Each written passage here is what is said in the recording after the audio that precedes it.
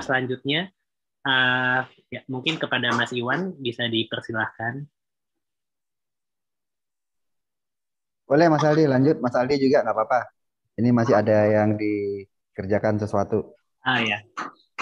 Oke, kemudian pembicara selanjutnya yaitu ada Bapak Satwika Salain, kemudian seorang brain biomechanist, founder of Scientific Vedanta Community, dosen kedokteran Universitas Warmadewa, Kopertis 8 Denpasar. Ya, paparannya sangat menarik sekali. Nanti kita bisa melihat. Semoga bisa menginspirasi kita semua. Kepada Bapak Satwika Salain, tempat dan waktu kami persilahkan. Terima kasih.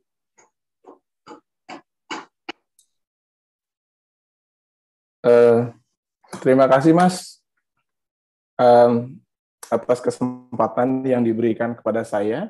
Mohon feedback apa suara saya bagus? Bagus, terdengar jelas Bapak Satwika. Okay. Ya Bapak Ibu yang terhormat, Bapak Bupati Jember, panitia penyelenggara Mas Ari, dan rekan-rekan panitia yang saya hormati,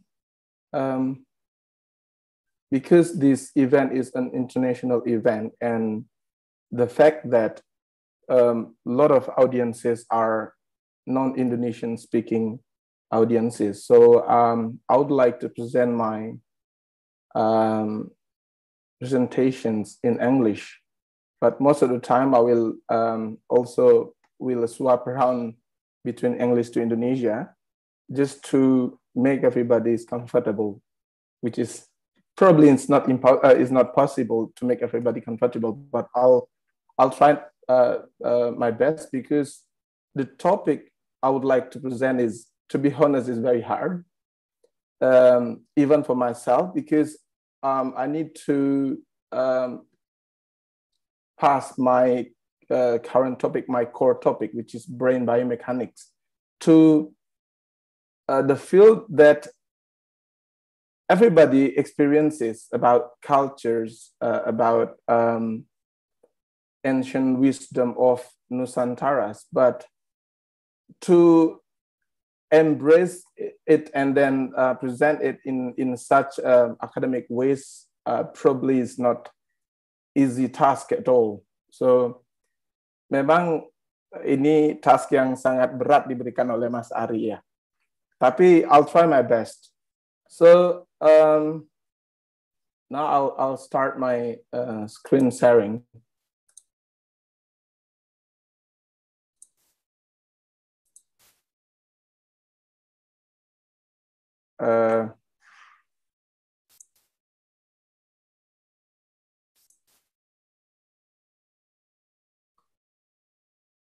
Okay. My name is Satwika Salain. I was born in Bangli, about 43 kilometers northeastern of Denpasar. I'm pretty sure that everybody knows very well about Bali, right? So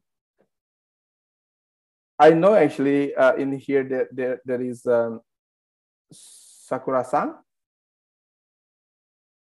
Sakura-san, watashi no namae wa Satwika-san desu. Kyuju nen mae ni watashi wa daigaku medai daigaku de benkyou shimashita. Kikai kogakubu desu. Demo watashi no nihongo wa chotto taihen desu. Desu kedo, so eigo hanashiru desu. I've been studied in Japan in 2000 actually through Monbu Kagakusho scholarship given by the Japanese scholarship. In that time, I was studying at Mechanical Engineering Nagoya University, but I'm pretty sure that even for that time, actually, my Nihongo was not good at all. So because my class was engaged in English, so bahasa Jepang saya kacau sejak awal, so sekarang saya tidak berusaha mengingat itu. Terus as you seen on screen that my master was held in Australia, which is Flinders University in Adelaide. So currently I'm studying brain biomechanics as well in Perth, which is at the University of Western Australia until now in brain biomechanics. So the topic I'm gonna presenting today is about the relationship between the Balinese culture, which is one of the great example of Nusantara wisdom, from the perspective of brain biomechanics. So the title of this presentation is Tracing the Ancient Nusantara Wisdom Through Balinese Traditions. So I would like to explore the Nusantara wisdom through Balinese traditions, because what we are seeing as a Balinese and from the Balinese traditions, there are a lot of precious and ancient knowledge that even for us, for scientific community, are very difficult to embrace using current empirical background. So to understand the Balinese perspective, so I will put two types of approaches, which is ethnography, the approach using a cultural approach, from the brain plasticity. What it is brain plasticity, I'll explain to you later on. So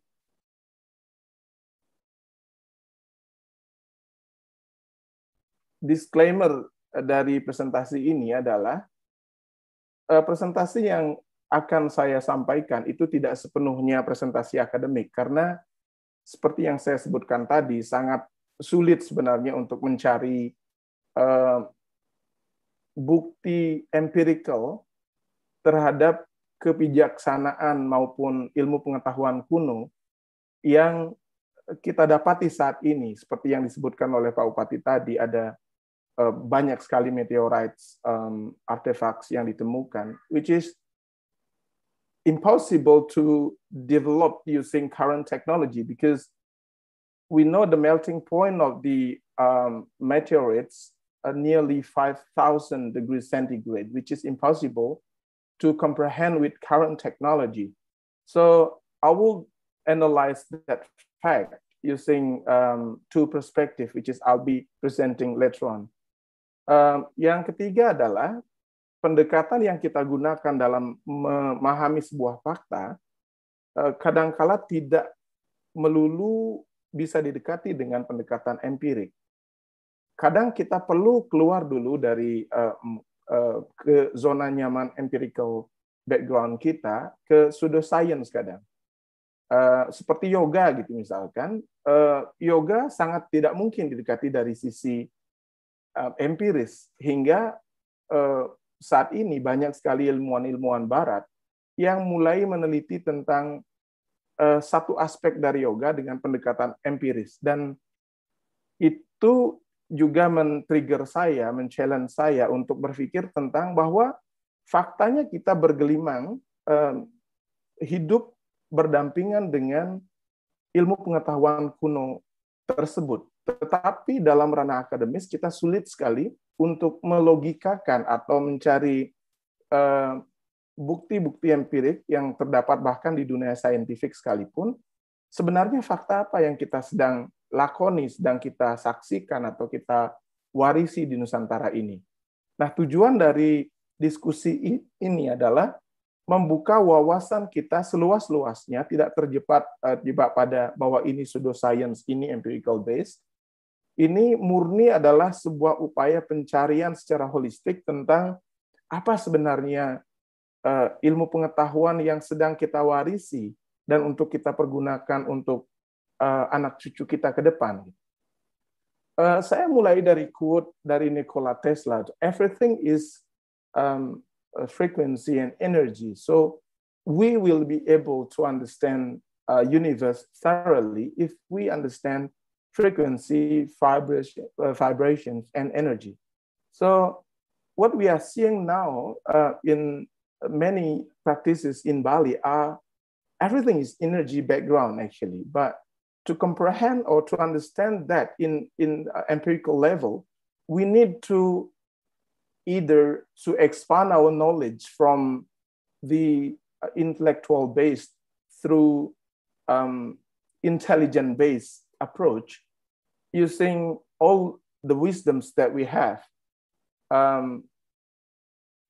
Nah, itu kemudian yang membuat saya tertarik untuk menerima tantangan dari Mas Ari ini. Meskipun secara saintifik kita tidak mempunyai atau belum banyak lah bukti-bukti yang bisa kita sampaikan di ranah akademik. Tapi tantangan dan challenge-nya sangat luar biasa. Nah, terutama dari artefak-artefak ataupun situs-situs kuno yang bahkan tidak mungkin kita develop atau bangun dengan teknologi kekinian sekalipun. Nah, di gambar kita saksikan ada Stonehenge di situ. Terus yang kedua ada Puma Punku di Bolivia. Yang ketiga ada situs Gunung Padang, dan yang keempat ini yang di screen bawah ini kita lihat bagaimana praktek shamanisme atau pengobatan tradisional ala Bali bisa hidup berdampingan melampaui batas-batas ideologi, batas-batas ilmu pengetahuan, atau batas-batas ras sekalipun. Nah, sebagai contoh, saya sebutkan di tahun 2001 ada simulasi untuk pembangunan situs Stonehenge di Wales, di Inggris. Nah, ketika itu satu building block dari Stonehenge itu diangkut dari pegunungan di Wiltshire dengan menggunakan kapal tongkang. Nah, apa yang terjadi kemudian? Kapal tongkang yang mengangkut satu bongkahan batu dari Stonehenge itu tenggelam di Selat Bristol. Nah, belum lagi hal-hal menarik lainnya yang kita bisa saksikan dari Puma Punku gitu.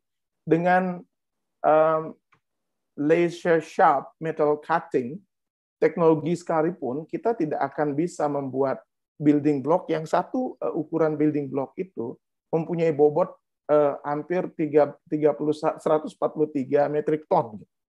Nah, ini membuat kita berpikir ulang tentang teori peradaban sebagaimana kita temui di buku-buku modern, termasuk juga The Origins of Life. Nah, Gunung Padang, sebagaimana kita ketahui bahwa Gunung Padang itu ada dua situs yang mempunyai carbon dating berbeda. Yang di tengah itu mempunyai carbon dating antara 24 sampai 25.000 tahun, sementara yang di bagian luar itu 19.000 tahun. Nah, sementara peradaban tertua yang saat ini ada diakui dunia itu ada di Göbekli Tepe yang ada di Turki, yaitu situs Punden Berundak sebagai tempat pemujaan zaman lampau. Nah, ini mengindikasikan bahwa leluhur Nusantara telah mempunyai peradaban maju bahkan jauh sebelum era Puma Punku dan Göbekli Tepe sekalipun. Nah, apa yang terjadi sesungguhnya dengan kemahiran atau sivilisasi atau peradaban leluhur kita di masa lalu?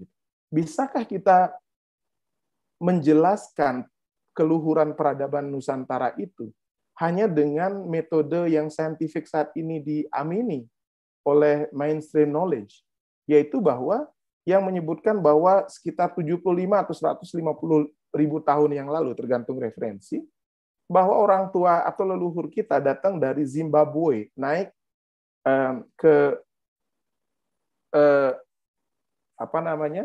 Eropa, kemudian turun ke Malaya. Bisakah kemudian kita mencari benang merah bahwa teknologi yang ada di zaman batu ketika leluhur kita masih nomaden, masih berperilaku primate, civilized creatures, itu mempunyai peradaban maju yang sedemikian hebat. Nah, terus terang saja dari kacamata intelektual kita gitu, itu betul-betul terchallenge atau bahkan sama sekali tidak dapat menerima. Nah, belum lagi tentang origins of life gitu. Nah, nanti saya akan jelaskan pada screen selanjutnya, tapi sebagaimana kita ketahui bahwa teori mainstream tentang origins of life saat ini itu berdasarkan teori abiogenesis dari Harold Urey dan Stanley Miller di tahun 54 yang menyatakan postulasi bahwa asam amino sebagai ciri hidup manusia modern atau setiap makhluk hidup itu berasal dari metana, CO2, CO, H2O dalam bentuk gas, kemudian dibantu dengan lompatan sinar kosmis. Nah, di lab, kemudian postulasi dari Stanley Miller ini diuji oleh Harold Urey, dan kemudian memang terbentuk asam amino. Nah, tetapi masalahnya bagaimana kemudian asam amino itu dapat membentuk dirinya sendiri menjadi struktur molekul modern, DNA modern, dan hingga sampai menjadi dari Pisces, kemudian vertebrata amfibi, dari amfibi menjadi reptilia, reptilia menjadi vertebrata, vertebrata menjadi aves. Tentu tidak ada penjelasan lebih lanjut tentang itu. Nah barangkali budaya-budaya kita yang berbasis pada budaya Timur menjelaskan bahwa sesungguhnya apa yang terjadi, proses penciptaan itu dimulai dari niat atau adanya satu niatan energi atau kesadaran yang kalau misalkan kita terjemah menjadi Tuhan atau God atau Allah itu bias menjadi ideological bias. So that's why I prefer to choose any nature terms. Dalam hal ini niat. Kemudian dari niat itu kemudian ada niat besar membentuk menjadi individu, dan dalam kacamata Bali, terutama Hindu Bali, dari niat itu kemudian muncul menjadi ahangkara. Ahangkara inilah yang disebut sebagai the fact of identity. Identitas itu mulai terbentuk di sana. Ahangkara kemudian ada terbentuk dua unsur, purusa pradana. Dari unsur itu kemudian terbentuk tiga aspek, satwam, rajas, tamas, dan seterusnya. Gitu. Nah, ini adalah mekanismenya yang saya jelaskan di sini. Nah, hingga terbentuk rasa atau panca tanmatra. Setelah panca tanmatra, baru kemudian terbentuk panca mahabhuta atau the five elements pembentuk universe. Nah, 5 elemen ini sudah disepakati oleh komunitas sains sebagai yang disebut sebagai Bayu, Sabda, Idap, Teja, dan Akasha. Nah, dalam pengertian modern, air, api, udara, kemudian elemen padat yaitu pertiwi, dan yang lain adalah Akasha. Nah, dalam terjemahan modern, Akasha ini belum bisa diterjemah secara saintifik. Gitu.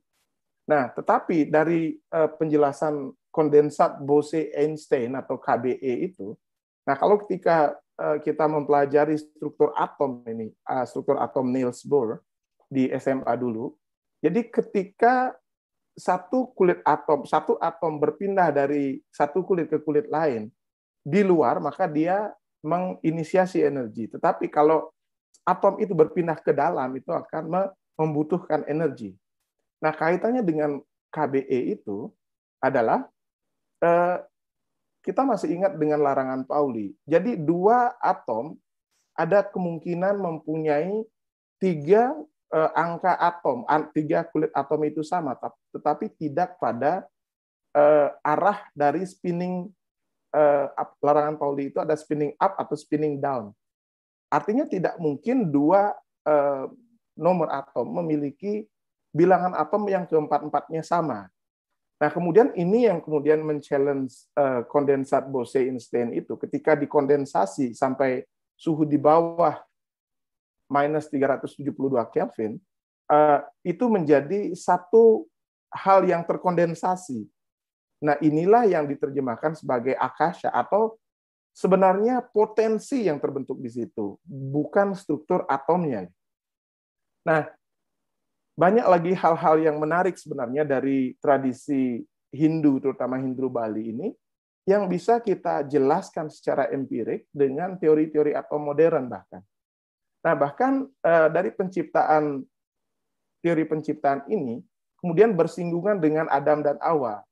Nah, dari Hinduisme dan agama Abrahamik ini, kemudian disepakati ada satu pertemuan leluhur manusia, ada Adam dan Hawa itu. Nah, kalau di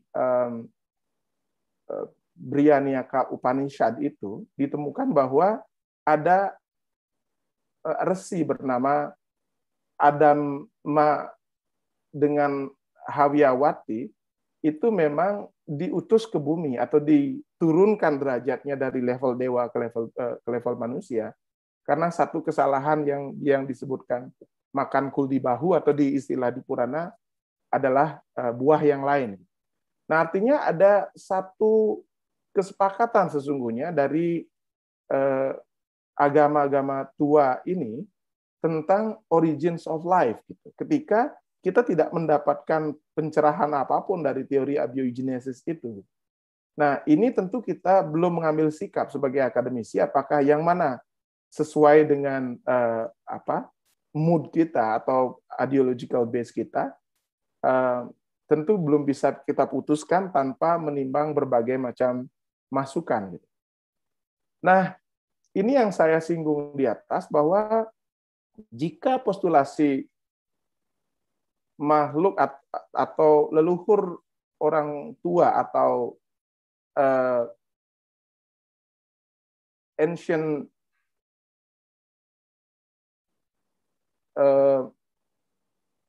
wisdom kita berada pada level megalitikum, neolitikum, maka tidak akan terbentuk situs-situs Gunung Padang atau situs yang peradaban luhur lainnya.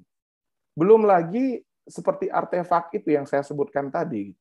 Pertanyaan yang mengungkapkan belum bisa dijawab dengan penjelasan teori Zimbabwe ini ataupun teori out of Sundaland ini adalah siapa sebenarnya pengguna dari senjata-senjata artefak yang dikoleksi oleh Mas Ari itu. Ada koleksi cakra dengan diameter 2 meter, terus kemudian dengan bahan meteorit. Nah, kalau misalkan penjelasannya adalah bahwa kita pernah mempunyai teknologi maju, kemana teknologi itu? Teknologi semaju apa bisa melelehkan meteorit sebesar atau sepanas 5.000 derajat itu? Nah, postulasi saya ada dua. Yang pertama adalah kita mempunyai teknologi untuk mengubah suhu titik didih. Di Bali itu yang kita saksikan, yang saya saksikan secara langsung. Jadi setiap atau banyak sekali para pemangku atau orang hebat yang bisa merubah titik didih api. Sebagai contoh adalah jika titik didih api itu diturunkan, maka api itu bisa disentuh oleh siapa saja. Nah, tetapi ketika titik api itu dinaikkan, titik didih api itu bisa membakar bahkan hal yang tidak mungkin dibakar dengan api biasa. Dan praktek pandai atau tukang besi di Bali itu selalu bersentuhan dengan kecerdasan itu. Nah, meskipun bukan dalam level yang ekstrim. Maksud saya adalah begini. Ada prosesi pemberian energi pada api melalui Banten itu, di mana pengerjaan barang logam yang dilakukan oleh pandai itu atau tukang besi itu bisa berlangsung jauh lebih cepat daripada ketika api itu tidak diberikan energi. Dan ini real gitu. Jadi kalau misalkan ini kita bisa masukkan dari dalam kacamata pseudoscience, it's okay gitu. Tapi kita tidak akan mendapatkan pengetahuan apapun dari sana kecuali apa namanya kecuali skeptisme begitu. Nah, tetapi kalau kita mau belajar apa sih sebenarnya yang diberikan oleh Banten itu, kemudian yang ditumpangi dengan mantra, sehingga bisa mengubah titik api itu ke ranah jauh yang lebih tinggi. Nah, itu postulasi yang pertama. Postulasi yang kedua adalah memang ada pengguna lain di luar manusia sebelum manusia itu ada. Dan teori tentang perkembangan manusia itu banyak sekali kita bisa temui di dunia. Nah, secara mainstream, kita Sapiens adalah puncak dari piramida Genesis itu, atau penciptaan umat manusia itu. Nah, tetapi dalam kacamata yang berbeda, sebagaimana diungkap oleh History Channel ataupun banyak sekali penggiat pseudoscience di dunia barat, bahwa sesungguhnya sebelum manusia kita bersentuhan dengan makhluk-makhluk lain yang dengan kapasitas otak, kemudian ukuran badan, maupun dengan intelijensi jauh lebih tinggi. Nah, saya mempunyai referensi yang bisa saya percaya di Bali. Terutama ini paman saya ketika kecil, itu diajak oleh kakeknya. Diajak kakeknya ke dunia astral. Dan paman saya ini sangat bisa mengingat proses yang terjadi atau apa yang bisa dia lakukan ketika itu. Jadi kakeknya ketika itu mengambil sepucuk daun. Daun itu berubah menjadi senjata. Nah, ini persis seperti petualangan-petualangan di komik-komik Shinchan atau apa gitu, saya kurang tahu. Tapi yang jelas ini real terjadi.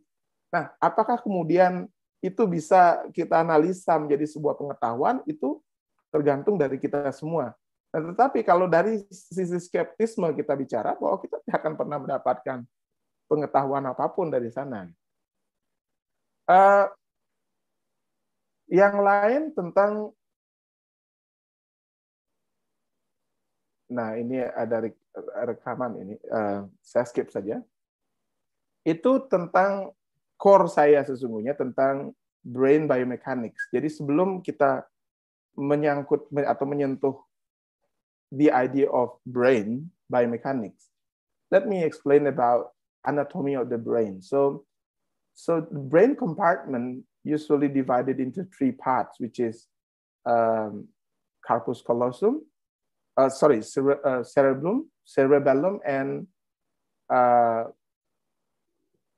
sponge atau batang otak disebutkan. Nah, di batang otak ini sebenarnya tempat yang kita sebut sebagai reptilian brain itu. Secara fungsi brain itu kita juga bagi menjadi 3. Jadi neocortex itu adalah mammalian brain. Di limbic system itu mammalian brain, di neocortex itu sebagai human brain atau higher task brain. Terus di bottom part of the brain itu ada reptilian brain. Nah, sisi ketiga otak ini sebenarnya dieksplor secara baik oleh pengetahuan tradisional Bali. Nah, secara kapasitas otak, secara volume otak, kita bukanlah makhluk dengan volume otak paling besar. Sebagaimana kita tahu di layar ini, otak kita itu sebesar fist kita sebenarnya, kelenjar genggaman kita. Nah, sementara African bush elephant itu mempunyai volume otak yang bahkan 5 kali jauh lebih besar. Nah, apakah African bush elephant itu menjadi lebih pintar? Tentu tidak dari manusia. Nah, karena ada 2 hal sebenarnya yang berpengaruh dalam mempengaruhi cerdas tidaknya makhluk. Yang pertama adalah neurogenesisnya, seberapa banyak dia neuron itu develop. Terus yang kedua adalah neuroplasticity. Nah, apa itu neuroplasticity? Yaitu kemampuan brain untuk menyesuaikan diri tergantung dari input dari luar. Apa itu input dari luar? Task atau training yang kita dapatkan atau berbagai macam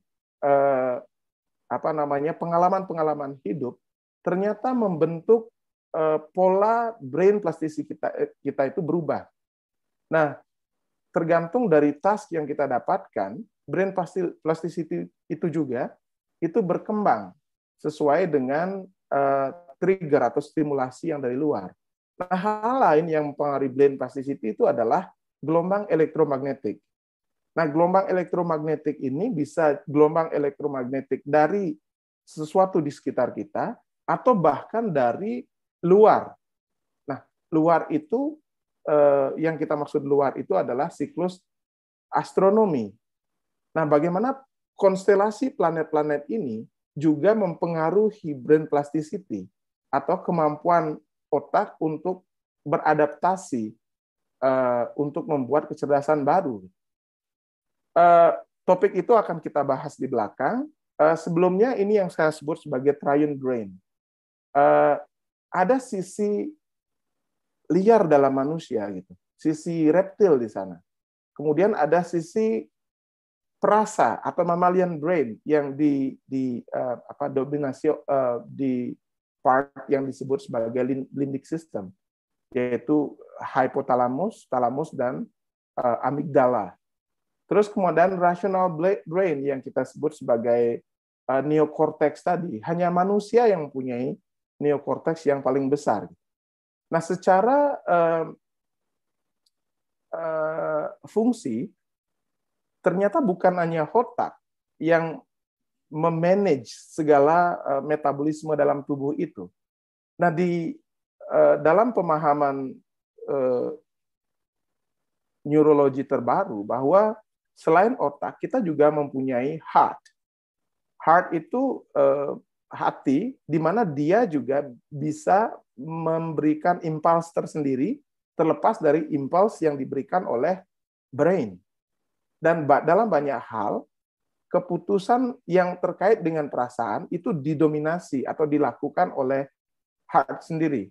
Nah, bidang ini berkembang menjadi neurocardiology terbaru. Artinya mulai tahun 70-an bidang ini ditekuni dalam dunia modern. Nah, terus yang ketiga itu adalah gut. Gut ini paling mutakhir sesungguhnya, bahwa banyak sekali neurotransmitter atau hormon yang mempengaruhi psikologi seseorang itu diproduksi oleh gut. Nah, dalam pemahaman modern ini banyak dilupakan bahwa otak itu dikira sebagai manager of everything. Padahal sesungguhnya gut itu dalam mempengaruhi emosi, gut mempunyai peranan 90% lebih. Nah, sehingga di dunia barat itu ada istilah gut feeling. Nah, kalau di Bali itu gedeg basangnya gitu. Artinya sebenarnya yang marah itu bukan otak kita, tetapi perut kita gitu. Nah, sekarang terjawab kenapa perut itu sebenarnya referensi marah itu di perut, karena sebagian besar hormon perusak seperti adrenalin, asetilkolin, dan segala dan yang lain sebagainya itu diinduksi oleh proses-proses yang terjadi di gut. Nah, selain neurotransmitter tadi, otak dan brain lainnya, yaitu heart dan gut itu, juga mengeluarkan electromagnetic field. Nah, kenyataannya bahwa electromagnetic field yang diproduksi oleh heart itu 5.000 kali lebih kuat dari electromagnetic field yang diproduksi oleh otak. Nah, ini sebenarnya mengindikasikan bahwa kita itu lebih banyak sesungguhnya hidup dengan hati dibandingkan dengan logika. Nah, produk dari brain itu ada dua sesungguhnya. Nah, neurotransmitter itu di satu sisi adalah produk dari brain, tapi di sisi lain adalah cara brain berkomunikasi dengan synapse yang lain itu melalui biochemicals yang disebut sebagai neurotransmitter. Nah, ada neurotransmitter utama yang mempengaruhi emosi, yaitu adrenalin, terus ada dopamin, ada serotonin. Ada juga hal-hal lain seperti glutamate atau endorfin yang mempengaruhi perasaan atau respon kita terhadap rasa sakit. Nah, ataupun hal lain seperti oksitoksin atau hormon cinta. yaitu neurotransmitter yang diproduksi ketika kita dalam kondisi yang sangat menikmati hubungan cinta, tapi bukan lust ya, hubungan cinta misalkan orang tua dengan anak dan segala macam. Dan kemudian dalam dunia modern, endorfin dan serotonin ini kemudian menekan pertumbuhan misalkan sel kanker atau penyakit-penyakit lain yang disebabkan oleh psikosomatis. Sebagaimana diketahui bahwa sebagian besar atau bahkan sekitar 70% lebih gitu penyakit tubuh itu justru disebabkan oleh psikosomatis atau penyakit yang di-trigger karena kondisi dari pikiran itu. Nah, produk dari brain yang kedua itu adalah brain waves. Nah, eksplorasi tentang brain waves ini banyak dipelajari dalam hipnoterapi atau bahkan hal-hal lain yang terkait dengan proses spiritualitas. Bagaimana kemudian dia trans, bagaimana seseorang itu bisa melakukan past life regression dan segala macam, ini sangat terkait dengan gelombang-gelombang otak ini. Nah, ini transcranial magnetic stimulations hanya salah satu contoh bagaimana stimulasi dari magnetik itu bisa mempengaruhi sinaps atau pola gerak dari atau pola komunikasi dari neuron. Nah, apa yang hendak saya sampaikan dari TMS itu, bahwa banyak sekali penelitian-penelitian yang membuktikan bahwa sesungguhnya otak manusia itu sangat dipengaruhi oleh stimulus dari luar atau kosmos dalam hal ini. Seperti halnya konjungsi planet dan ledakan yang terjadi di matahari ataupun peristiwa katastrofik lainnya.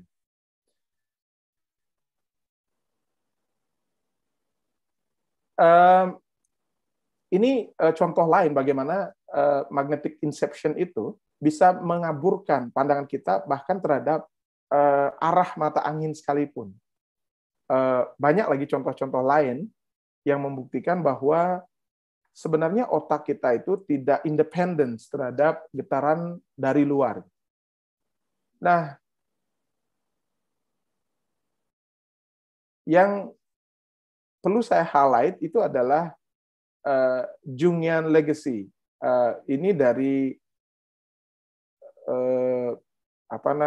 satu psikologis yang sangat terkenal, yaitu Carlos Jung atau Carlos Jung, itu yang memberikan bukti empirik bahwa bagaimana astrologi itu sangat mempengaruhi pola berpikir seseorang.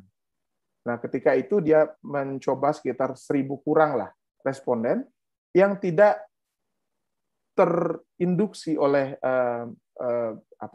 astronomi itu, hanya sekitar 36 orang, 930 sekian orang itu menunjukkan bukti yang kuat bahwa segala proses yang dilakukan dalam cara berpikirnya itu dipengaruhi oleh proses yang terjadi secara makro di level astrologi.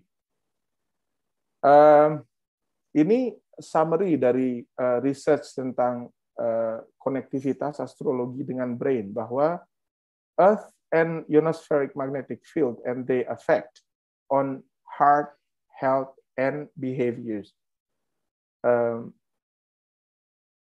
Nah, belum lagi DMT. Ini nanti bisa saya jelaskan lebih lanjut kalau yang tertarik dengan bagaimana seseorang bisa mengalami proses near-death experiences dalam hubungannya dengan neurotransmitter yang terbentuk di tubuhnya. Nah, berangkat dari melatonin, kemudian melatonin dari serotonin ke melatonin ke metatonin. Nah, dari ketika metatonin terbentuk itu, terbentuklah satu impresi near-death experiences atau sesuatu halusinasi. Tetapi itu tidak halu sesungguhnya, tapi dia real mengalami itu. Nah, dan ini dibuktikan oleh berbagai macam sampel itu dicoba, ternyata mempunyai pengalaman near-death experiences itu yang hampir sama gitu. Misalkan dia melampaui lorong gelap, kemudian cahaya terang dan segala macam gitu. Nah, ini tercapture sangat baik dalam tradisi ngaben di Bali, terutama dari marga sange itu. Nah, hal yang paling kita alami sehari-hari, bagaimana pineal gland ini sangat dipengaruhi aktivitasnya oleh light atau cahaya yang masuk melalui suprachiasmatic nuclei itu di belakang hipotalamus itu. Nah, kemudian ini yang meningkatkan yang mengontrol produksi melatonin kita. Jadi sebagaimana kita tahu bahwa melatonin itu umumnya berkebalikan produksinya dengan kortisol atau hormon stres gitu. Nah, jadi ketika jam 3 pagi atau jam 2 pagi itu puncak produksi dari melatonin. Sebaiknya pada saat itu memang kita sudah deep sleep gitu. Nah, jika itu kita lampaui, maka akan terjadi perubahan bioritmik. Kalau misalkan secara jangka panjang, barangkali merubah metabolisme tubuh kita juga. Nah, di sini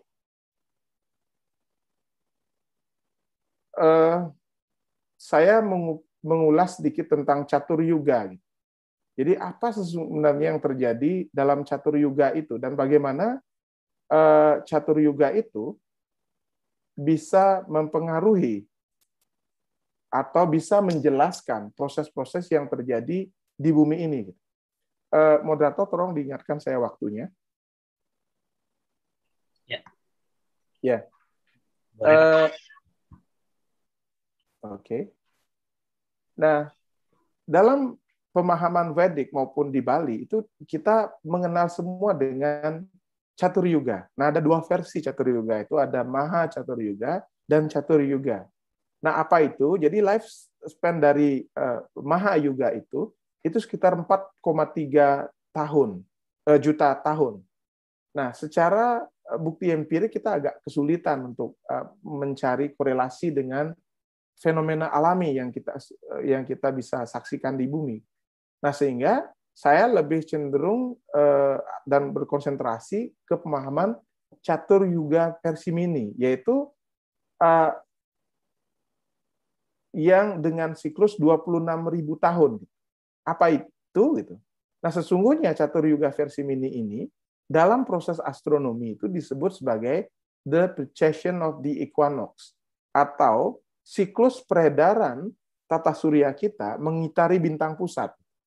Nah, tentang apa itu bintang pusat ini masih dalam perdebatan kaum saintis juga, tetapi banyak yang disepakati bahwa bintang pusat itu adalah Sirius A atau Ursa Major disebutkan juga, meskipun banyak juga pendapat yang berbeda. Nah, siklus untuk mengitari itu tata surya kita itu akan mengalami fase di mana ia dekat dengan bintang pusat itu, tapi di sisi lain juga jauh dengan bintang pusat itu. Nah, sebagaimana kita temukan dalam grafik ini, posisi solar system di sini itu sangat dekat atau paling dekat dengan bintang pusat itu. Dalam kondisi ini, itu disebut sebagai Satya Yuga atau era keemasan. Nah, dalam masa Satya Yuga itu, manusia itu tidak memerlukan hukum, karena proses komunikasi manusia itu dari hati ke hati, atau melalui proses telepati. Nah, pemahaman manusia itu pun didapat secara autonomous. Jadi, dia bisa koneksi ke universe, atau untuk mengakses energi lain, termasuk yang kita sebut sebagai Akashic Record, atau di mana server dari semua informasi yang ada di universe itu disimpan gitu. Dan ini praktek ini bukan hal yang tahayul di Bali gitu, dan bahkan banyak orang atau banyak praktisi bisa melakukannya gitu, atau mengakses Akashic Record itu, sehingga dia bisa membaca past life kita gitu. Nah, di mana posisi kita saat ini itu ada di posisi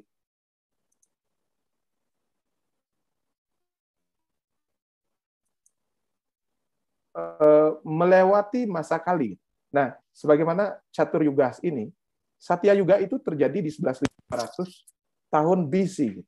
Nah, kalau kita lihat dari siklus yang ditampilkan kemarin oleh Mas Dani Irwanto, apa yang terjadi di sana? Nah, terjadi dryas muda atau naiknya air laut secara tiba-tiba yang konon mencapai 120 meter. Nah, kalau kita refer ke sini, itu persis di peralihan Satya Yuga atau di pertengahan Satya Yuga. Nah, kenapa terjadi penenggelaman dalam tanda petik semua warisan-warisan nenek moyang kita masa lalu yang Mas Dani sebut sebagai Atlantis atau peneliti lain disebut sebagai fenomena yang lain gitu. Artinya kita sepakat bahwa ada satu event besar untuk menyembunyikan dalam tanda petik ancient wisdom itu di dasar laut. Nah, fenomena apakah ini gitu? Nah, itu yang belum bisa kita analisa dengan teknologi saat ini. Dan peralihan masa kali Dwapara ke Kali Yuga itu terjadi pada zaman Bharatayuda, yaitu di 3102 sebelum Masehi. Nah, ketika Krishna meninggal katanya, konon ke sana. Nah, peralihan dari sana kemudian menuju ke Kali Yuga. Nah, apa yang terjadi di bumi pada zaman Kali Yuga itu atau antara 1700 AD sampai 500 AD itu, di sebelum Masehi, di sana itu ada proses penghancuran kemanusiaan secara besar-besaran. Nah, tokoh yang berpengaruh di sana itu adalah yang kita atau sejarah sebut sebagai The Great Alexander. Nah, tapi dalam kacamata humanisme, The Great Alexander itu adalah The Stupid Alexander, bahwa dia menggunakan kekuasaannya untuk mengconquer the world, jadi mengalahkan dunia itu dengan membunuh puluhan atau bahkan ratusan juta orang. Tentu ini dalam siklus kemanusiaan ini adalah sebuah katastrofi. Nah, dan di era Satya Yuga ini juga manusia, entah itu sesuai dengan ras kita atau ada ras lain di masa lalu, itu mempunyai akses terhadap berbagai macam energi, termasuk adalah mematerialisasi energi itu. Nah, ini yang membuat postulasi saya kedua tentang artefak dari Mas Ari itu, bahwa sesungguhnya di dunia sana, di dunia spirit realm, itu tidak lain dan tidak bukan adalah spirit saja. Dan kemudian diubah dengan teknologi yang dimiliki oleh manusia zaman lampau menjadi sebuah weapon atau sesuatu yang dia inginkan sesuai dengan kehendaknya. Nah, ini mewakili cerita dari paman saya yang bisa yang menjelaskan masa lalunya ketika kecil diajak kakeknya tadi. Nah, bagaimana itu terjadi sesungguhnya di dalam kacamata modern? Nah, kita tahu di sana ada Higgs boson particle atau setelah Big Bang itu, jadi bagaimana material ini mendapatkan massa. Nah, postulasi dari Peter Higgs di tahun 60-an itu sesuatu yang disebut Higgs bosons, yang tahun 2012 itu ditemukan oleh CERN di Jenewa, Swiss itu sebagai the God particle atau partikel Tuhan yang disebut itu, meskipun tidak demikian sih Pak. Nah, artinya bahwa ada proses atau mekanisme dari energi itu ke massa. Nah, kita tentu tahu bahwa E sama dengan mc square-nya Einstein itu bisa dideliver menjadi sebuah formula bagaimana dari massa, terutama massa radioaktif ini dengan massa yang labil ini, diubah menjadi energi. Nah, dengan teknologi bom atomnya Oppenheimer. Tetapi kebalikannya, tidak bisa dilakukan, bagaimana energi ini menjadi massa. Nah, ini menjadi perhatian semua saintis, semua fisikawan teori sesungguhnya. Apa ini? Nah, sesungguhnya praktek ini sangat jamak kita temukan di Bali. Nah, proses pengiriman energi yang dikirim atau di Jawa disebut santet lah, atau mengirim penyakit ke tubuh seseorang melalui proses ini. Secara pengalaman pribadi, saya pernah mewawancara seseorang yang pernah membuat santet itu. Bagaimana prosesnya dilakukan. Dan semua itu melalui transfer energi, melalui mantra sesungguhnya. Dan itu betul-betul terjadi. Gitu. Jadi kita tidak bisa amini itu atau simplifikasi sebagai sebuah dongeng saja. Karena banyak sekali orang sakit di tubuhnya ditemukan material-material padat. Gitu. Dan itu bisa kita buktikan kalau saya sangat bisa mengantar kawan-kawan yang tertarik kepada narasumber yang berkompeten lah di bidang itu. Yang lain, nah lessons apa sebenarnya yang diwariskan oleh Bali dalam bingkai penelusuran ancient wisdom dari Nusantara ini? Kita mulai dari geolokasi dari Bali. Nah, ketika penelitian Mas Dhani dan kawan-kawan tentang Atlantis itu dimulai oleh cerita Solon ke Timaeus dan Critias itu tentang adanya dunia di timur jauh itu. Izin Mas Pak Satwika, 2 menit lagi. 2 menit ya? Ya. Oke, saya tidak cerita, mungkin nanti kalau ada pertanyaan kita bahas di sana. Nah, secara geolokasi, Bali itu ada di pertemuan antara 2 kundalini bumi, yaitu yin and yang cakranya bumi. Nah, satu lagi di Titicaca di Peru itu. Nah, ini yang menjadikan bahwa Bali mempunyai energi itu berbeda dari yang lain. Nah, sehingga para pencari spiritual atau spiritualis dunia itu berbondong-bondong datang ke Bali untuk mendapatkan vibrasi itu. Dalam map Sundalandia, Bali itu ada di ujung timurnya. Nah, sebagaimana diketahui, ujung timur itu selalu diasosiasikan dengan kemajuan spiritual. Terus kemudian apa yang diwariskan oleh Bali dalam kacamata bingkai kacamata modern itu adalah bahwa ada konsep Trisadaka di Bali atau Siwa, Buddha, Bujangga. Yang sesungguhnya Siwa itu adalah the brain sendiri, Buddha itu adalah hati, Bujangga itu adalah God. Nah, dalam konsep Trisadaka itu sebenarnya penggambaran yang sangat gamblang tentang trias brain yang saya sebutkan di depan tadi. Nah, belum lagi konsep harmoni dari bad and evil. Di Bali itu good and evil. Tidak ada konsep baik buruk. Buruk itu harus dibasmi, tidak. Tetapi buruk ini adalah sebuah state yang berbeda dari good ini, sehingga itu yang di somya istilahnya. Nah, teknologi yang kedua itu teknologi mengupas lapis badan manusia itu yang disebut sebagai pancamaya kosa itu, yang saat ini dikenal dengan morphomagnetic field oleh Rupert Sheldrake itu.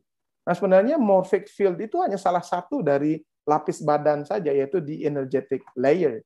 Nah, itu kemudian ditranslasi oleh leluhur Bali itu menjadi sebuah ngaben. Nah, ada tingkatan di upacara Pitrayatnya itu di ngaben itu adalah membersihkan panca mahabhuta, unsur-unsur padat air gas ke asalnya. Kemudian ada proses juga pembersihan prana di situ. Nah, kemudian melalui proses ngeroras namanya, emotional body and wisdom body itu dibersihkan. Nah, teknologi seperti ini sangat-sangat maju sesungguhnya ketika kita analisa secara saintifik. Nah, belum lagi ada kajang di sini. Saya perlihatkan. Kajang itu sebenarnya adalah simplifikasi atau formula dari tubuh seseorang sesungguhnya. Nah, dalam string theory kan disebutkan bahwa semua theory of everything itu ada di string theory, bahwa semua adalah bilangan biner. Nah, di dalam sistem warna yang kita temukan di layar monitor, ini merupakan maya saja atau ilusi. Yang benar itu adalah hanya algoritma 0 dan 1, bilangan biner sesungguhnya. Nah, dan inilah yang ditranslasi menjadi kajang atau hewan-hewan atau tulisan-tulisan purba yang berjiwa oleh leluhur Bali. Nah, belum lagi ada hewan-hewan purba yang menyertai atau menggantikan badan seseorang dalam proses penyatuan ini, unifikasi. Nah, Banten itu betul-betul merupakan sebuah teknologi berkomunikasi secara energi. Nah, ada banyak hal sesungguhnya yang bisa kita sampaikan. Bagaimana Banten itu mempunyai morphomagnetic field yang luar biasa, tergantung dari jenis dan tingkatan Bantennya. Nah, dalam Banten itu juga ada representasi dari sacred geometry. Kalau misalkan kita belajar tentang triangular atau cyca pi atau proses penciptaan dari semua semua senyawa yang terbentuk di dunia atau di universe, itu semua adalah sacred geometry. Dan proses lambang-lambang itu disimplifikasi dalam Banten yang ada di Bali. Nah, belum lagi harmoni, pancasound, dan semua elemen-elemen yang terlibat di sana, yang merupakan bentuk konektivitas secara energi. Nah, satu lagi yang penting ini, yang saya sebutkan dalam proses yoga di Bali, itu melalui dancing atau melalui menari. Dalam menari ini ada 5 aspek yang seperti di layar ini. Nah, apa kaitannya dengan menari ini dengan proses metabolisme dan proses yang terjadi di kromosom? Bahwa dalam penelitian yang saya sebutkan ini, yang di layar di samping ini, ditemukan bahwa seseorang yang menari secara intens itu mempunyai tingkat kekebalan tubuh yang lebih tinggi daripada orang yang tidak menari secara intens. Belum lagi telomer. Kalau telomer itu bahasa sederhananya adalah yang in charge atau yang bertanggung jawab terhadap rejuvenasi cells. Jadi setiap rejuvenasi sel, maka telomer kita akan memendek. Nah, demikian juga artinya lifespan kita itu sangat bisa ditentukan dari telomer ini. Nah, proses yang terjadi di Bali dengan berbagai macam kontak dengan energi itu ternyata memperpanjang telomer. Artinya lifespan seorang itu bisa dibuktikan lebih tinggi daripada orang yang tidak menekuni laku spiritual maupun laku-laku ritual di Bali. Nah, ini proses kandepat dan magnetic field. Barangkali jika ada pertanyaan nanti saya akan jelaskan bagaimana sesungguhnya pengetahuan kandepat itu originated from Bali. This is very different concept with the those of Indian concept regarding nyama papat itu atau 4 siblings that we have. We are not only having siblings in real life, but also by the time of we are delivered by our mom, so all 4 siblings are born together. So these siblings actually, or which is these energies, protecting us from childhood to the death even. So kebijaksanaan seperti ini tidak kita temukan di tempat lain. Nah, belum lagi water and Masaru Emoto-nya. Kita sangat bersentuhan dengan form of water in various ways. Tetapi kita tidak mengempirikan bagaimana kemudian a message in the water. Kita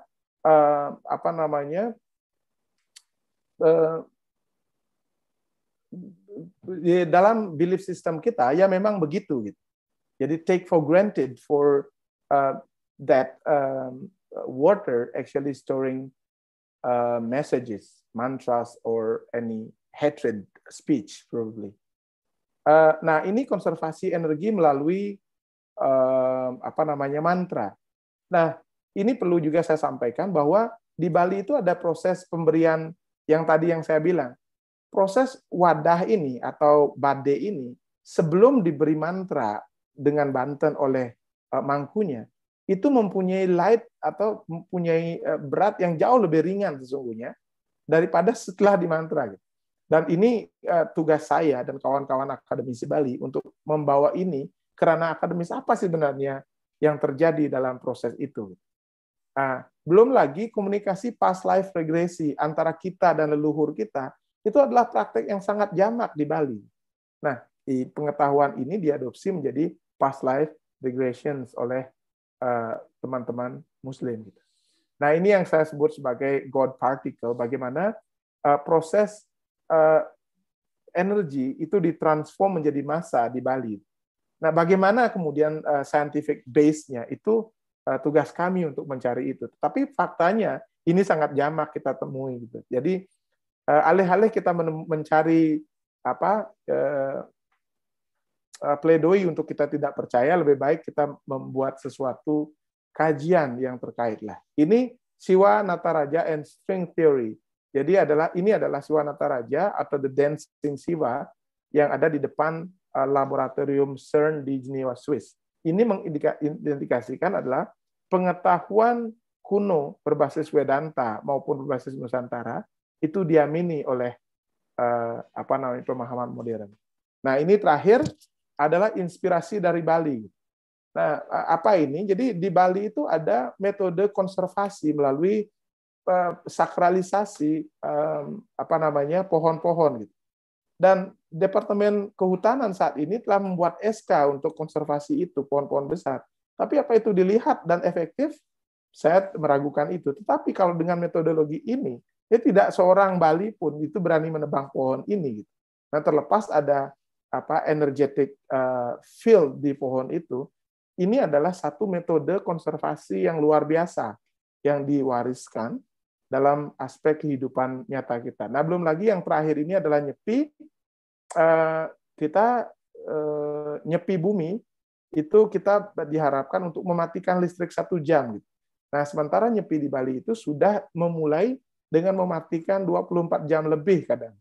Nah, ini adalah cara leluhur Bali untuk menghargai nature atau menghargai dunia. Nah, meskipun dalam aplikasinya banyak sekali yang melenceng dari konsep-konsep luhur tadi. Nah, rasanya itu saja yang bisa saya sampaikan. Mudah-mudahan ada gunanya dan ada manfaatnya. Mohon maaf jika ada salah kata dan kelebihan waktu nih kepada moderator. Terima kasih sekali lagi. Saya tutup dengan Om Santi Santi Santi. Waalaikumsalam warahmatullahi wabarakatuh.